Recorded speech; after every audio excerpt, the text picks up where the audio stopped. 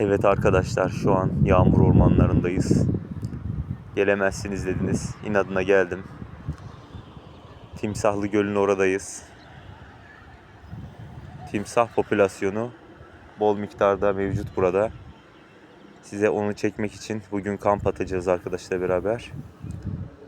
Yani şuralarda kurmayı düşünüyoruz. Bataklık burası.